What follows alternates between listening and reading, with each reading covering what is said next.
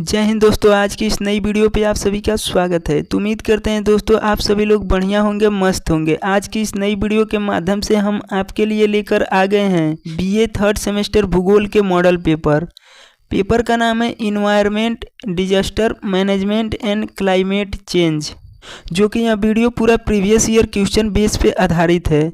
जो कि यह प्रश्न आपके परीक्षा में बार बार रिपीट होते हैं। तो दोस्त ये प्रश्न आपके एग्जाम की दृष्टि से बहुत ही महत्वपूर्ण है, तो वीडियो को पूरा ध्यान से देखिएगा। एक एक क्वेश्चन आपके एग्जाम के लिए बहुत ही महत्वपूर्ण साबित होगा। तो आइए शुरू करते हैं।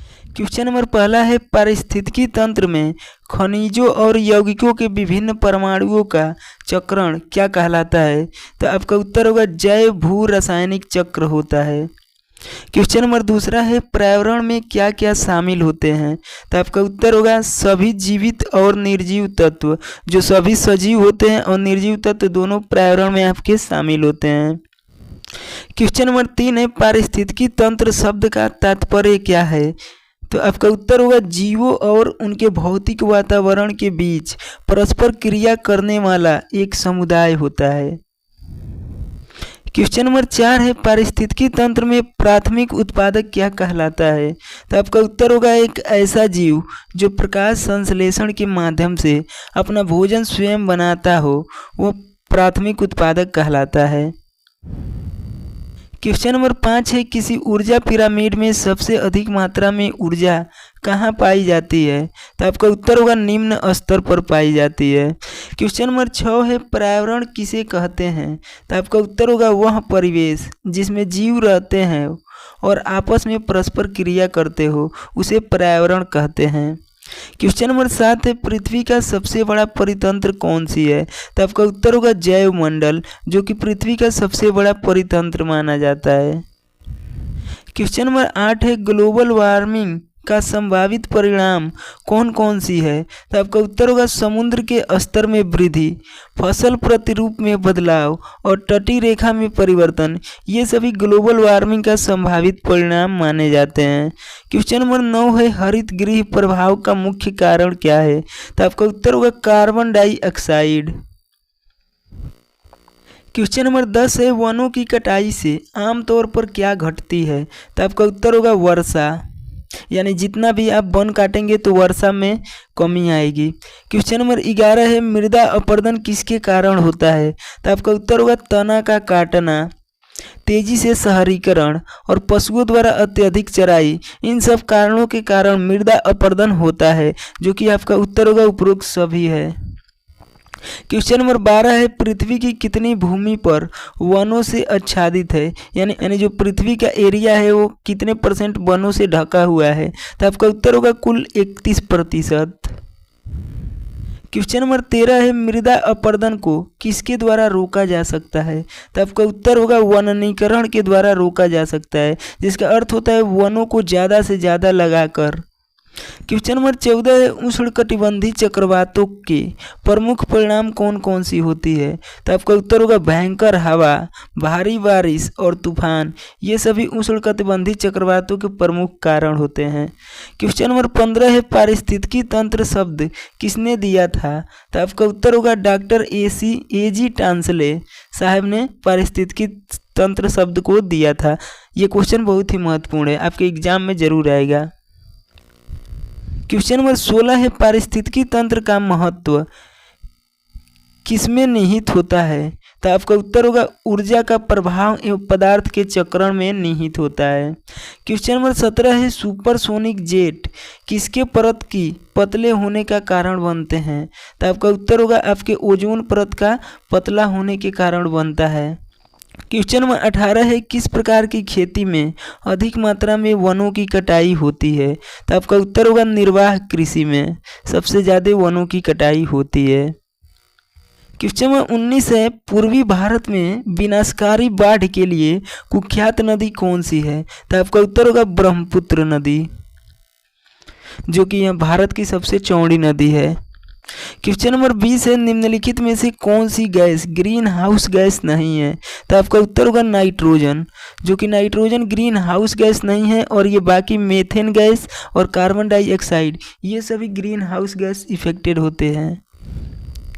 क्वेश्चन नंबर 21 है, बायोस्फीयर एक शब्द है जिसका उपयोग प्रतिनिधित्व करने के लिए किया जाता है, यानी किसके प्रतिनिधित्व करने के लिए किया जाता है? तो आपका उत्तर होगा पृथ्वी का एक छोटा सा क्षेत्र जहां स्थल मंडल, जल मंडल और वायुमंडल एक दूसरे के संपर्क में आते हैं। क्वेश्चन नंबर 22 है, नोवल कोरोना वायरस किस देश से उत्पन्न हुआ था? तो आपका उत्तर होगा चीन से।